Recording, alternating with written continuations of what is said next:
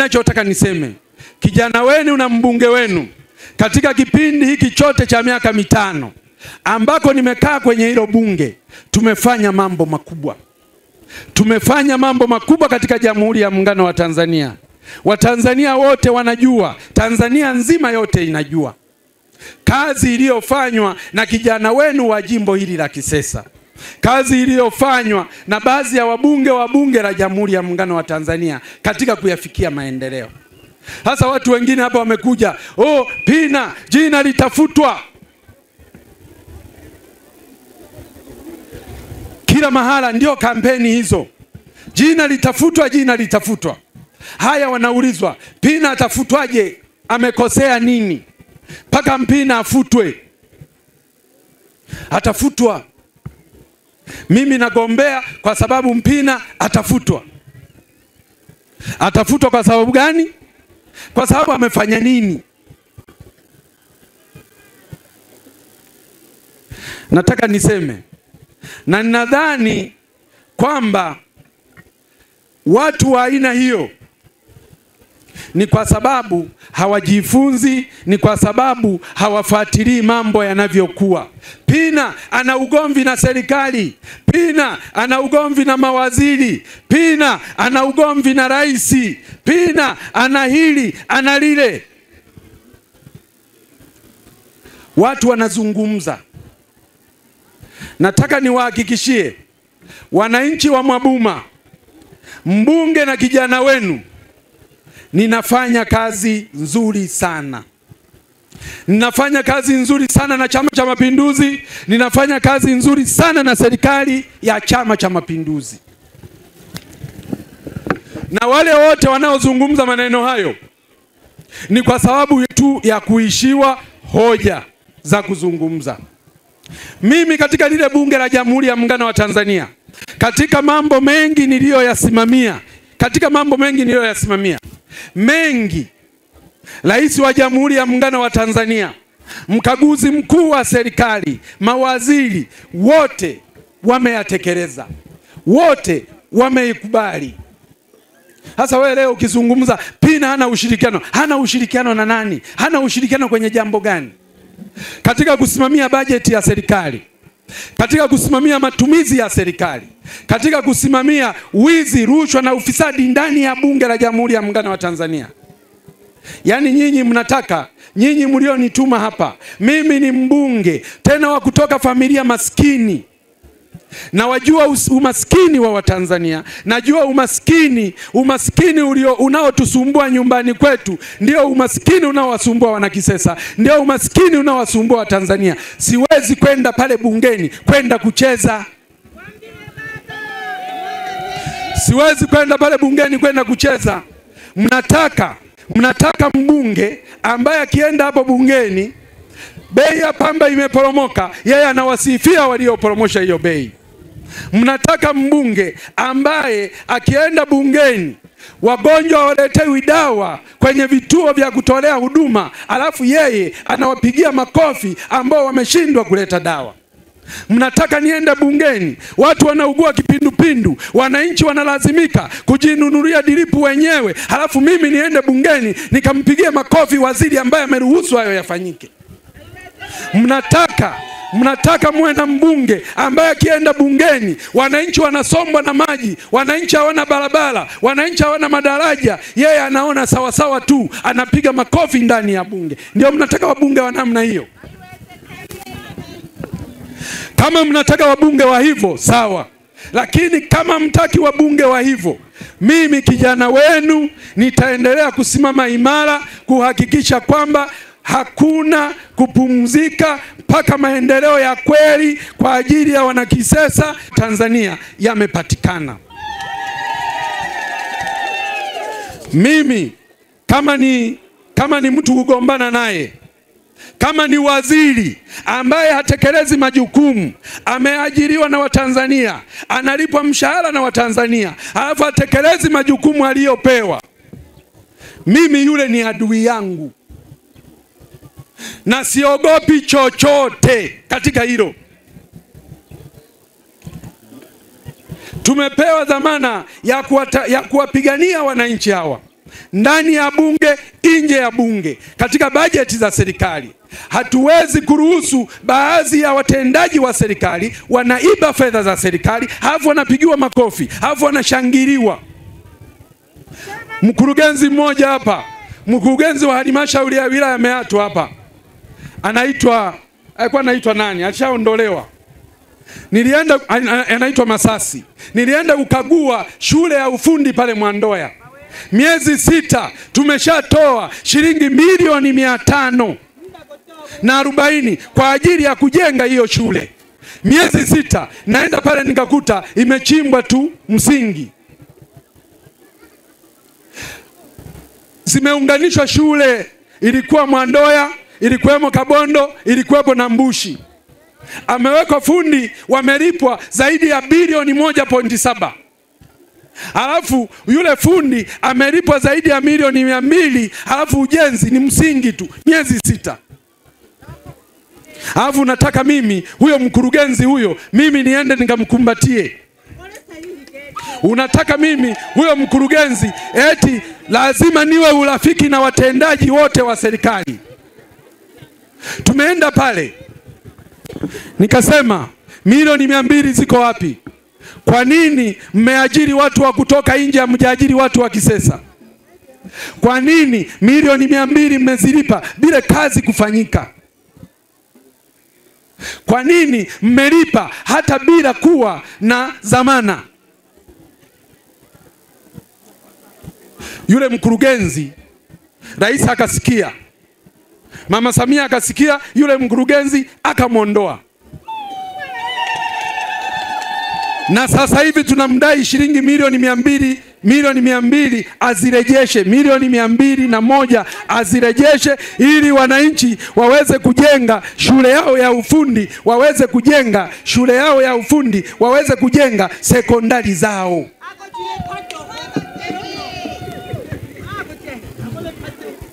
Mabuma oye! Mabuma oye! Sasa mtu ambaye hana mahusiano atayafanya hayo? Ulitokea mkataba wa ovyo ukafungwa baina ya waziri wa ujenzi pamoja na wakandarasi waliojiita EPC+F. Nilikuwa mbunge wa kwanza kukataa mkataba huo ndani ya bunge. Nikakataa mkataba huo. Nikasema huu mkataba hapana, huu mkataba ni wa kinyonyaji, huu mkataba unaenda kulifilisi taifa. Wapo wananchi waliokuja na hoja hizo. Huyu anaishambulia serikali, huyu haitakii mema serikali, huyu hamtakii mema Samia, huyu haitakii mema serikali ya CCM. Wakazungumza maneno walivyojua. Mimi nikasema hakuna. Hatuwezi kuingia kwenye mikataba ya kinyonyaji ya kufuja fedha za Watanzania. Trilioni 3.7 katika mikataba hiyo. Na nikamwambia waziri azifute mikataba hiyo kwenye vitabu vya serikali, kwa sababu ni mikataba ya wizi, mikataba ya kinyonyaji. Watu wakasema Pina haipendi serikali, Pina hampendi rais. Mwezi wa 12 Rais wa Jamhuri ya Muungano wa Tanzania Dr. Samia aliufuta mkataba wa EPC+F na akasema maneno hayo hayo aliyoshauriwa na kijana wake Luhaga Joyson Mpina, mbunge wa kutoka Kisesa. Kisesa oye! Kisesa oye! Watu tukagombana tena mambo mengine. Kisesa oye! Tukagombana tena na waziri wa kilimo. Tukapelekana mpaka mahakamani. Tukaenda mpaka mahakamani na mimi nikasema tutaenda. Tunachotaka, hatuwezi kukubali fedha za Watanzania zichezewe. Tukaenda na kesi huko zinaendelea.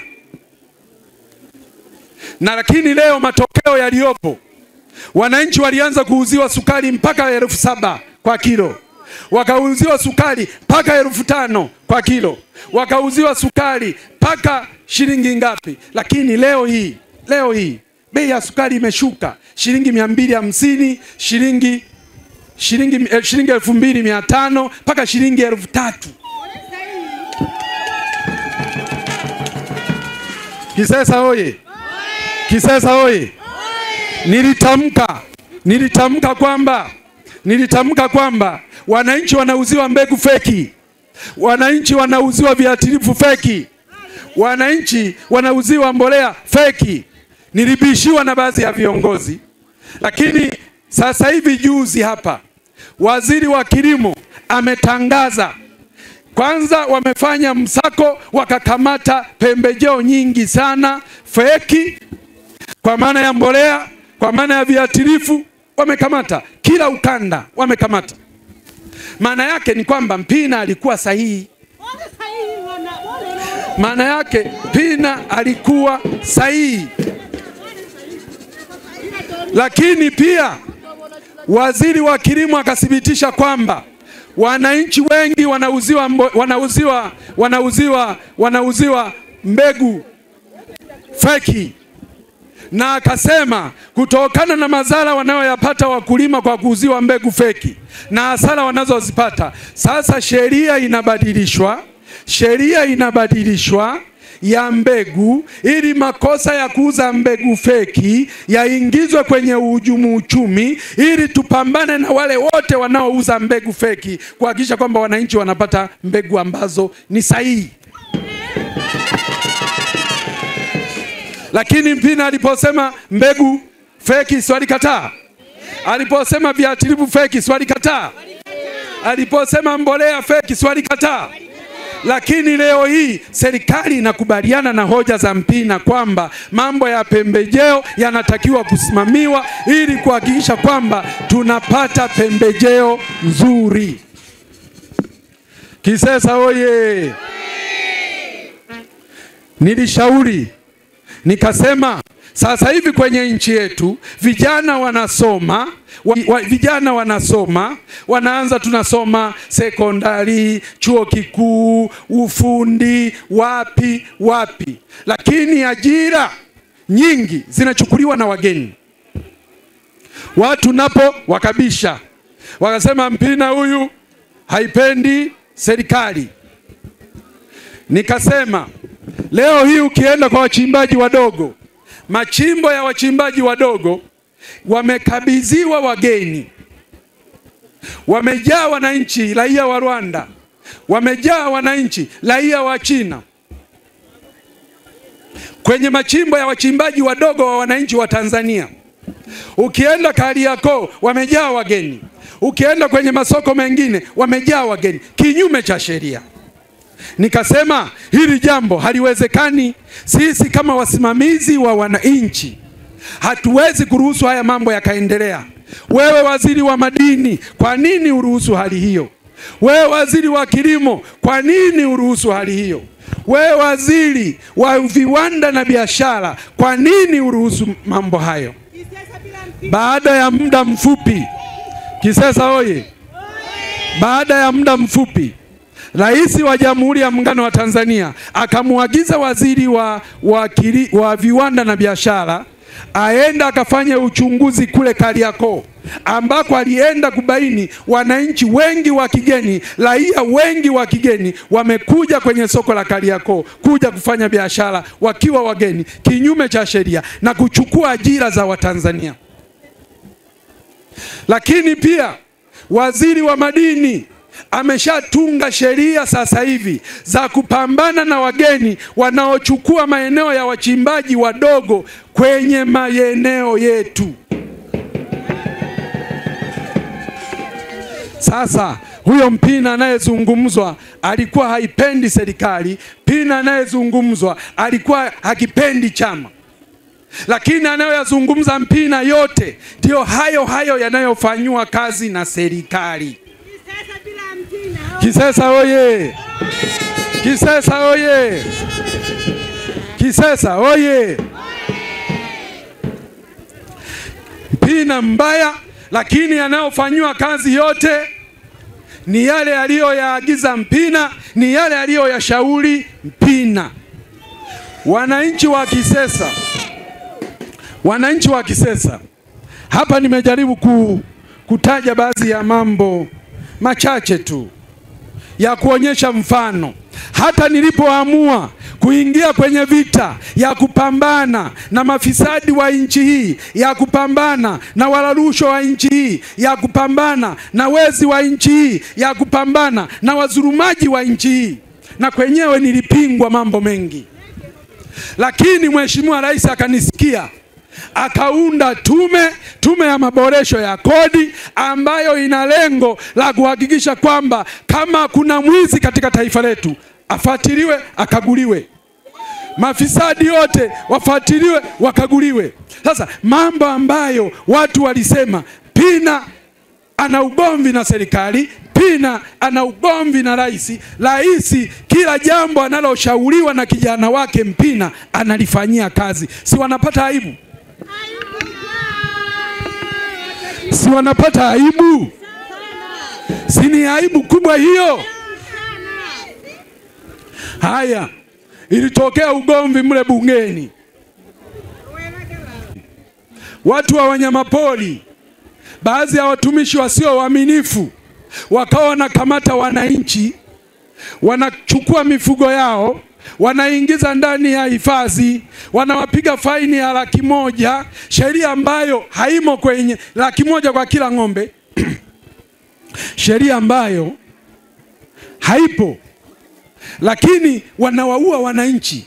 Mwananchi unakuta ndani ya hifadhi, unapigwa risasi, unauawa. Na baadhi ya watendaji wa serikali wasio waaminifu, unauawa. Mifugo yako inataifishwa, mingine inauzwa kiholela, mingine inauzwa kiholela, na watu wote wanaona sawa tu. Tukawa tunashauri bungeni, hatusikilizwi. Tukawa tunashauri bungeni, hatusikilizwi. Paka na waziri mkuu naye akawa hasikilizwi.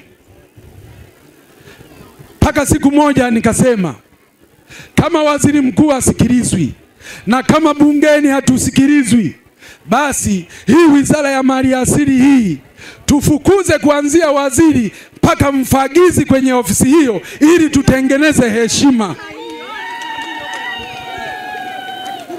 Mabuma oye! Paka leo hii dhuluma na manyanyaso ndani ya hifadhi kwa wananchi yamepungua. Na wengine wakanibishia,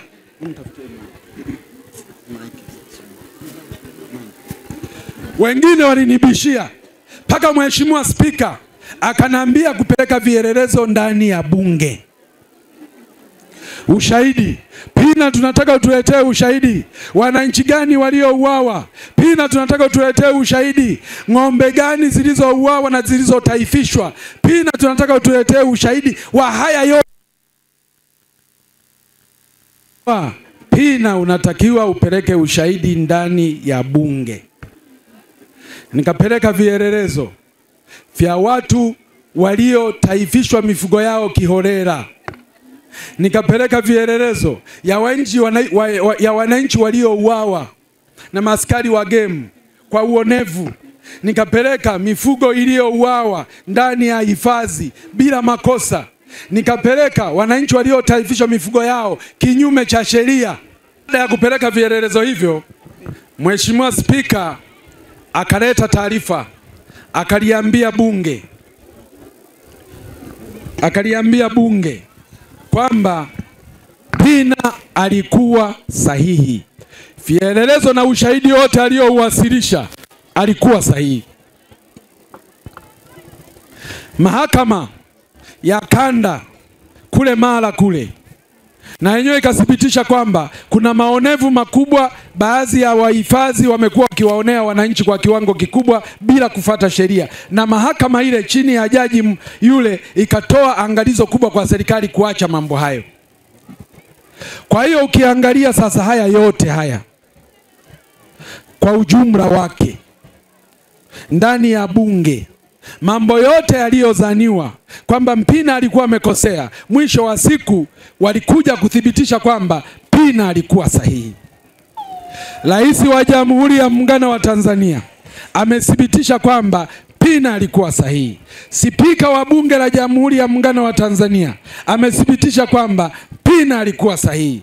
Mahakama ya Jamhuri ya Muungano wa Tanzania imethibitisha kwamba Mpina alikuwa sahihi. mawaziri wa serikali na taasisi zingine za serikali zote zimethibitisha kwamba Mpina alikuwa sahihi. Sasa ndio maana nataka niwaambie kwamba msiletewe siasa ndogo ndogo na baadhi ya watu. Mna mbunge wa uhakika, mna diwani wa uhakika.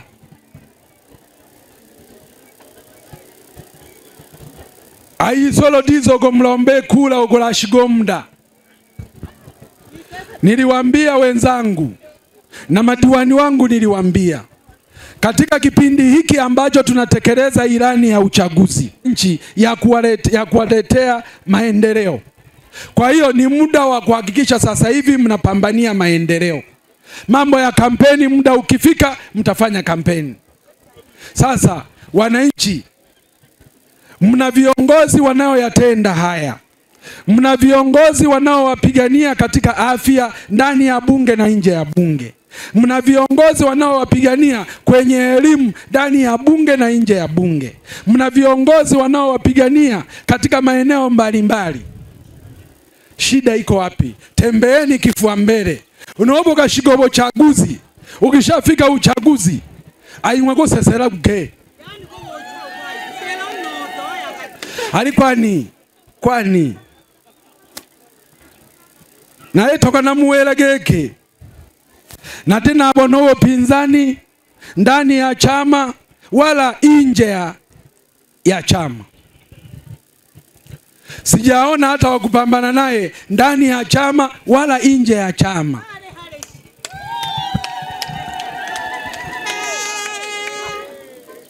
Nasikia watu hapa wanazunguka. Niliwaruhusu wazunguke. Niliwaruhusu wafanye nini? Niliwaruhusu wazunguke. Lakini sikuona sababu ya kwa nini niwaache wasizunguke. Na niliwaombea vibali mpaka kwenye chama huko kwamba hebu waruhusini hawa wazunguke. Kwa sababu wasipozunguka watalaumu Pina alitubana, hakutupa nafasi ya kuzunguka. Nikamwambia waruhusini wazunguke. Kwenye kata humo wasi wanafanya kazi usiku, sawa. Wanafanya kazi mchana, sawa. Wanaomba kula wapi, sawa. Lakini nataka niwaambie ya kwamba nimewasikiliza sana hawa ndugu zangu kwenye chama. Sababu kwenye chama huku watu wataanza kushindana huku kwenye chama huku kutafuta ridhaa. Wengine watatoka, utaenda kwenye uchaguzi huko wa vyama vingi. Utaenda kupambana huko kwenye vyama vingi. Lakini nataka kusema kazi ambayo mlioifanya kubwa nzuri, kazi mlio nayo sasa hivi wananchi wa Kisesa, ni kuhakikisha kwamba mbunge wenu huyu mnampitisha kwa kura nyingi. Muda ukifika, kura nyingi za kishindo, ili aendelee kutekeleza majukumu haya aliyo nayo mbele ya taifa letu la kuhakikisha kwamba maendeleo yamepatikana, ya kuhakikisha kwamba changamoto nyingi zilizopo tunazitekeleza.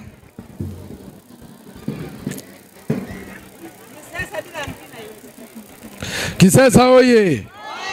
Maendeleo oye!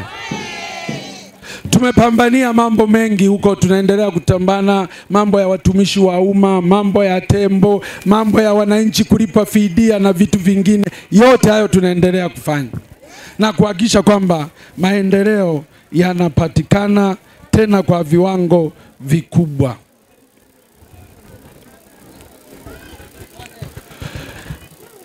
Gamana choli gagayomba gine. Gamana choli gagayomba. Umwawo nzwere umwawo okay.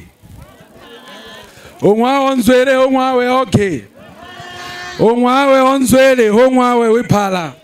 Tojimoga kijozwa. Olonala sawaga. Kajirale jabademi. Tojimoga kijozwa. Olonala sawaga. kajnala jirale jabademi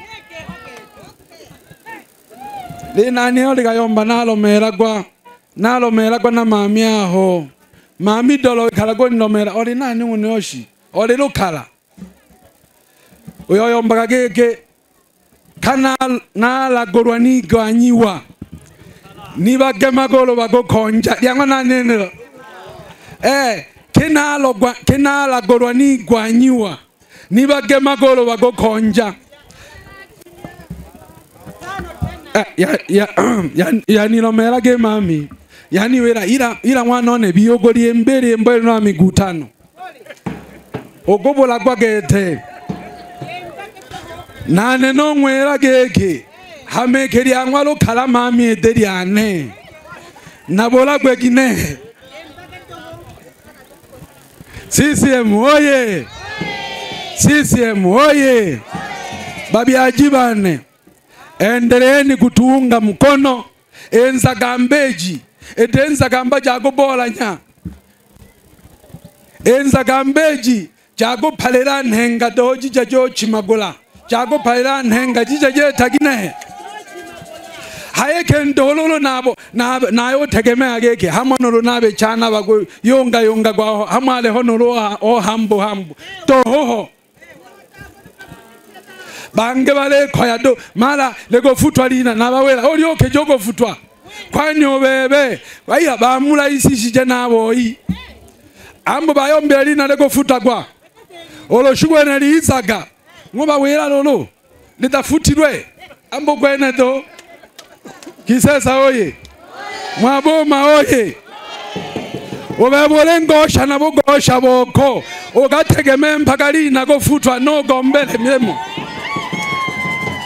ogobo kaguke nene na dope jiwa migambo na lengosha magangela magogo goni pene haja nonze nuwera migambo gonambereja kokindwa na jimerwa nenga gokangere jiwa nani agoni gaganela mdawera gwamwegwa hello goni tongere jeshi nizaga yeye milema mwaye bojaga bamwengera salagibo songo nashiga bimwe mleto mera gufengereja bojage kamati olwerezunya olwereme mbori ochalomva mna mwangwezo boperero gaiwanyanda tego tenya shigolelo moyo gochirwa chirindera ngonda na lendo godonde jiwa mumbe na mnomboku tego gulare cha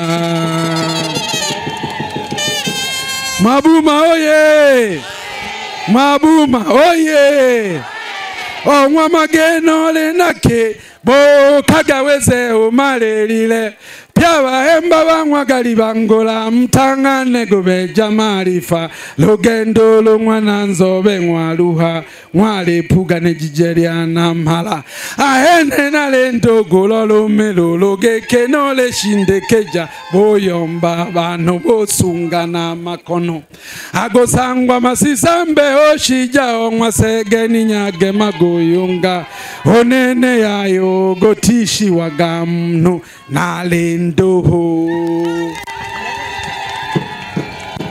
Mabuma oye Mabuma oye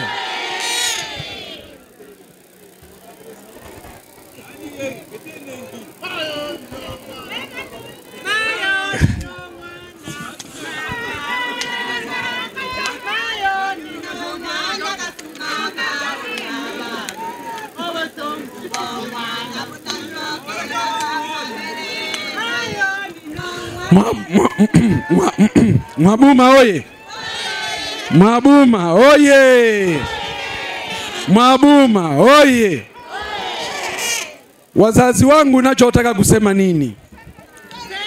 Mimi kijana wenu ni mkweli sana na nataka niwahakikishie kwamba tutaendelea kuwapigania kwa bila uoga mahala popote. Tutaendelea kuyasongesha maendeleo ya Tanzania kwa bila uoga mahala popote. Tutaendelea kumsimamia kiongozi yoyote yule katika Jamhuri ya Muungano wa Tanzania bila kuogopa na wakati wote. Na mimi msimamo wangu Na mimi msimamo wangu, viongozi wote wanakosolewa. Kila kiongozi hawezi kuwa na kinga ya kutokosolewa. Diwani anakosolewa, mbunge anakosolewa, rais anakosolewa. Lakini pia wanapofanya vizuri wanapongezwa. Kwa hiyo wananchi wote wanaotoa mawazo mbalimbali Tanzania kwa ajili ya kuishauri serikali, kwa ajili ya kuishauri serikali, kwa ajili ya kulishauri bunge, wako sahihi na wasizuiwe na mtu yoyote. Hatuwezi kuzimaliza changamoto za taifa letu. Hatuwezi kuzimaliza changamoto za taifa letu kwa kuongea kwa lele mama, kwa kutokuambizana ukweli. Hata mahala palipoharibika mnapongezana.